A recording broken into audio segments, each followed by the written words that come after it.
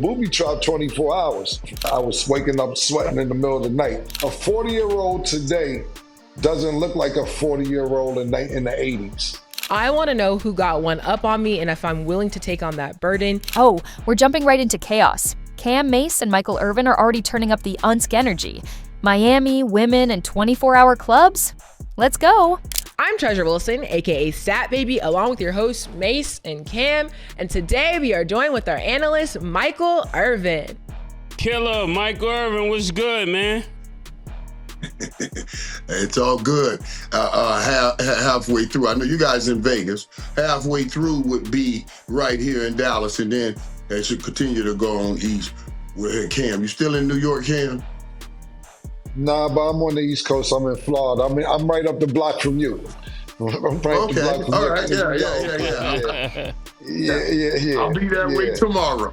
Tomorrow. You're right. Well, call me as soon as you touch down. You'll be in Miami, Mike? Yeah. The Miami game is Friday, so I'll go in tomorrow night and tomorrow evening, and I'm going with you. Okay. Hey, you should go, Cam. You should go to the game with me. You should do that. You should definitely. First of all, I don't want to step on nobody's toes. If I'm invited, I'm definitely going to go with you. No doubt, Cam. No doubt. We're gonna hey, I'm gonna hit you tomorrow for real. I'm gonna hit you tomorrow. Yeah. Just get it. See it. You should just see it. I've been calling the guys out, calling people out. I saw one of my coaches tweeted today, or X today, whatever you want to call it. About showing up at the Rock, at Hard Rock. I was like, what? I can't say it to coach, but I'm gonna say, please. Like, wait a minute. Right. We gotta be past asking people to show up now. You started 9-0 last year. You're starting 5-0 this year, and right now you're 2 in the whole world. Man, them jokers better show up and stop playing around, man, and get these boys that do. I need reciprocation from all the people in Miami. I need you to give your presence, cheers, and everything to reciprocate back to these young men that have put that hard work and dedication on the football field. So yeah, it's going to be lit. How is it hard for us to get people to come to Miami? First of all, it's Miami. No, but that's the problem. That's both the gift and the curse. You see, okay, right? Look, the gift is, boy, Miami, boy. But the curse is, boy, y'all got to be doing something spectacular. Cause this is Miami. That's the only way you're gonna get us over there. You know what I'm saying? Gotcha. We gotta pass all them booty clubs and everything to come to a hot football game. Out of your mind. Y'all better be ready. Y'all better be rocking on that field. Just like they could be rocking. And y'all know what the kind of clubs like they are in Miami. And booby trap don't close. Booby trap 24 hours. 24 hours a day. So you got to get people up out the bed. You know what I mean? So the good thing about Miami, though, you can go to the game at 7. If you've ever wondered what it's like when 3 sports legends talk temptation, that was it. And trust me, the glitter story coming up next, iconic. I just want to add, I hope this happens. I would love to see this. Would love to see this. This would be some great behind the scenes. It is what it is footage. Yeah, and Cam, you don't even have to be on your best behavior. It's just something about the air and the field and being at the stadium, just all the things. You don't even know what you might end up doing. No, that's what I'm trying to see. Murder said be on your best behavior. I'm not looking to be on my best behavior. At the game I am. Look, man, I've been blessed. No, I meant Mike. I said keep Mike on his best behavior. I know you're not going to be on your best behavior. Mike worse than me. Mike worse than me, man. That's why I said keep him on your best behavior. Okay. Mike was all the way in Brazil with his shirt off, painted like he was a part of the parade. Somebody said, "You see your uncle?" I said, "What is Mike doing right now?" Mike had glitter on from head to toe. I said, Mike is going wild. That's the perfect example of why fans call Michael Irvin the wildest guest in podcast history. Zero filter, zero shame, full sparkle. Then they switched gears and went straight into a heated basketball debate that had Twitter split right down the middle. Never won a championship. 20 years in the league, however long it's been. You think about a Russell Westbrook, never won a championship. And there's a few people we see. My homeboy, shout out to my nigga Carmelo Anthony, he ended up leaving without a championship, and then it falls into that phase of all these great stars when you go to think about Karl Malone or John Stockton or Reggie Miller or Patrick Ewing, all these people who, Charles Barkley included, that were great superstars but didn't win a chip. And right now, it just looks like Russ is going to be one of them superstars that miss out on the championship. Do I wish that? Absolutely not. But it's just looking like that for the foregone future. And you know what I always say, Cam? It seems like it's. I don't want to say it's something over those guys, but it just seems like something's over those guys. Because I remember when Karl Malone went to the Lakers, I thought, oh, that's it, he'll get it now. He got shot here. You know what I mean? Oh, he has a squad around him, and then something went down there. You know what I mean? It was like, it just seems like, with those guys. Well, we're down there, whether it's true or not, indifferent, and we ain't going to dwell on it because God bless the dead, he's not here to defend himself. But the rumors started circulating that he was flirting with Kobe's wife, and then he got hurt. And once that started, that's the thing that happened with Shaq. I mean, not wife or none of that shit, but when all that shit outside the court and you're not cool off the court or the field, it translates into basketball. Because like you said, that year he went to the Lakers. Think about this: Gary Payton went to the Lakers. They all tried to cheat and get a quick ring, and it didn't work out. Yeah. And GP, my dog, I wanted to have him for him, man. You know what I mean? I was like, dang, man, how can you not get it there, man? It was just that was bad. Well, that's Mike, he did end up. Gary Payton, that's my nigga too. He ended up sneaking down to Miami and getting one. Right. With Shaq and Dewey went, so. But Carl and John Stockton never did. Carl and John Stockton. And them some of the baddest boys in the world. The mailman, man, and John Stockton. Well, that dude was Cooper Flag and all of that stuff way before Cooper Flag. John Stockton was a tough white dude.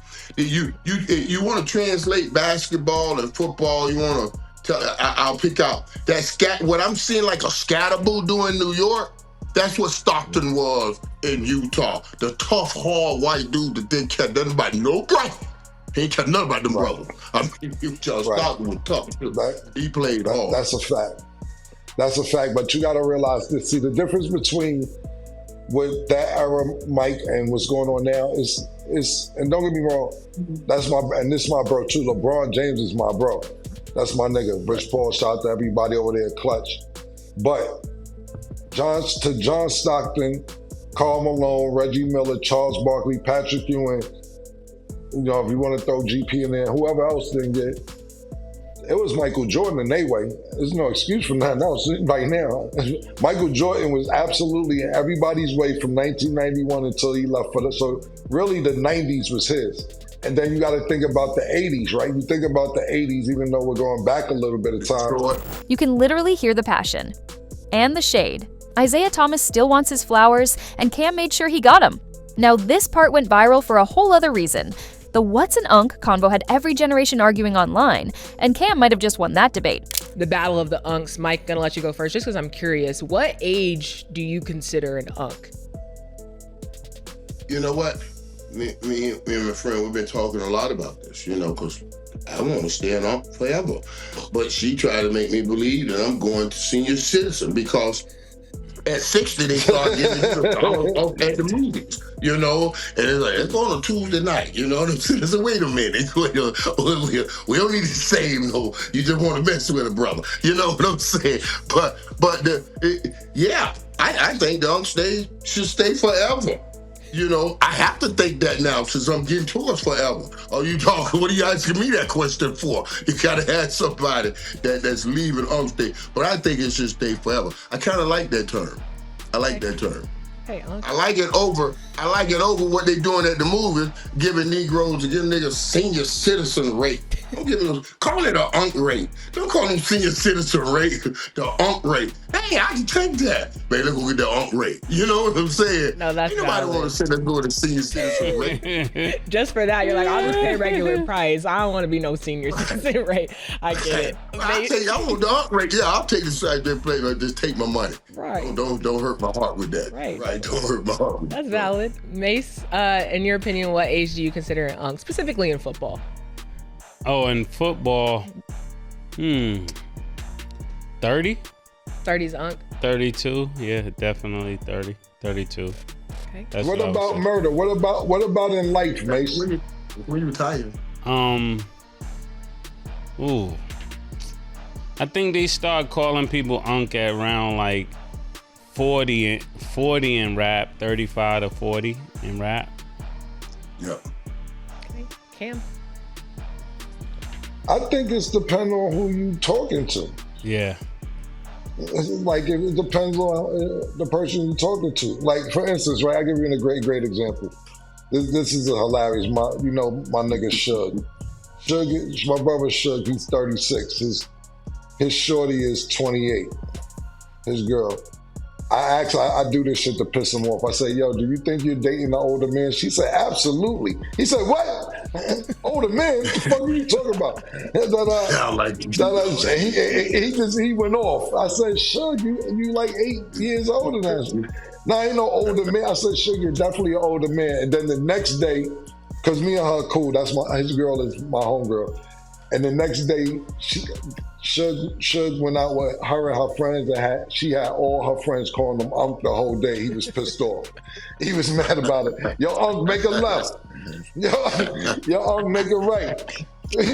But what it is, he was so fucking mad. So it depends on who you talking to, and the age that person is my personal opinion, because it's another thing. You got to think about this, right?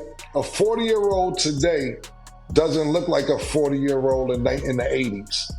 Niggas is more 40-year-old in the 80s look like an 80-year-old person today. Like you think about a show like Good Times, James Evans probably was about 38, 39 years old. It's supposed to be. He looked bad. That nigga looked gray hair, bent over, like pause, the whole shit. Niggas is getting hipper. You know, I'm gonna give you. I wasn't gonna talk about this till it's close to the time. Right now, I'm working on a sitcom I'm doing, right? And you know, I'm gonna be 50 next year. Cam really said it best. Today's 40 ain't yesterday's 40. Somebody clipped that for Motivation Mondays. But just when you thought they were wrapping up, Cam Newton dropped the most controversial line of the night. Cam Newton explained that he asked his girlfriend for a list of all her previous sexual partners before the relationship. He said he asked this because, quote, I want to know because before I sit up here and really keep moving and elevating our relationship, I want to know who got one up on me and if I'm willing to take on that burden. If you had any type of relationship, intimacy, experiences with people that I really know, I need to know that. I'm owed that. He clarified that his request came from a place of respect, not insecurity. Mike, but I'm going to ask you first, do you view this as reasonable or do you think it's invasive? I think it's absolutely reasonable. Now, let's back up.